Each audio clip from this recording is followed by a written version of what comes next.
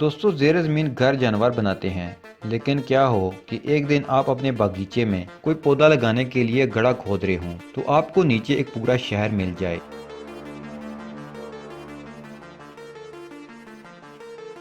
جی ہاں، ایک ایسا زیر زمین شہر جہاں ہزاروں سال پہلے کوئی رہتا ہو، لیکن اب نہیں۔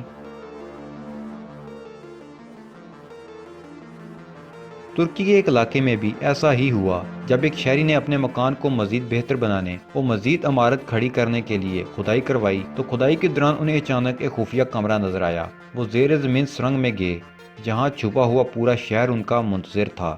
اس شہری نے زیر زمین ایک بہت بڑا 18 منزلہ شہر دریافت کر لیا۔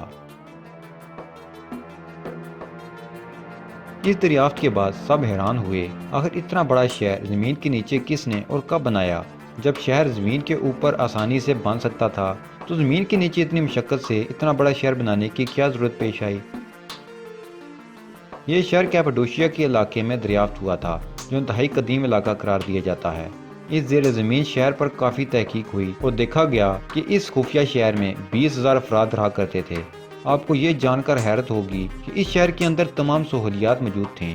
اس دور کے باورچی خانے، استبل، گنبد اور اسکول تک اس شہر میں موجود تھے، جس سے یہ ظاہر ہوتا ہے کہ یہاں لوگ کسی وجہ سے مستقل طور پر رہائش پذیر تھے، جس کے لیے بنیادی زندگی کی سہولیات کی فراہمی یقینی بنائی گئی تھی۔ اب جو تصویر سامنے آئی ہیں ان کے مطابق اس پرانے شہر میں مویشی بھی تھے اور خوراک کی سپلائی کا بھی پورا انتظام تھا۔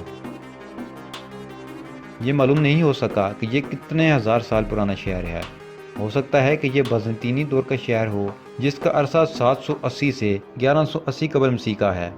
ابھی یہ بھی اندازہ نہیں لگایا جا سکا کہ کس طرح یہ تباہ ہوا، تاہم ہو سکتا ہے کہ لوگوں نے اس دور میں ہونے والی جنگوں یا قدرتی آفات سے بچنے کے لیے اسے پناہ گاہ کے طور پر استعمال کیا ہو۔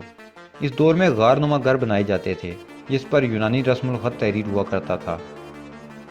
شہر میں داخلے اور جانے کے لیے 600 کے قریب گیٹس بنے ہوئے تھے۔ پتھر کے بڑے بڑے دروازے بھی اندر تھے تاکہ کسی بھی درانداز کو اندر جانے سے روکا جا سکے۔ اس شہر میں طویل سرنگیں بھی تھیں جو کئی میل لمبی تھیں۔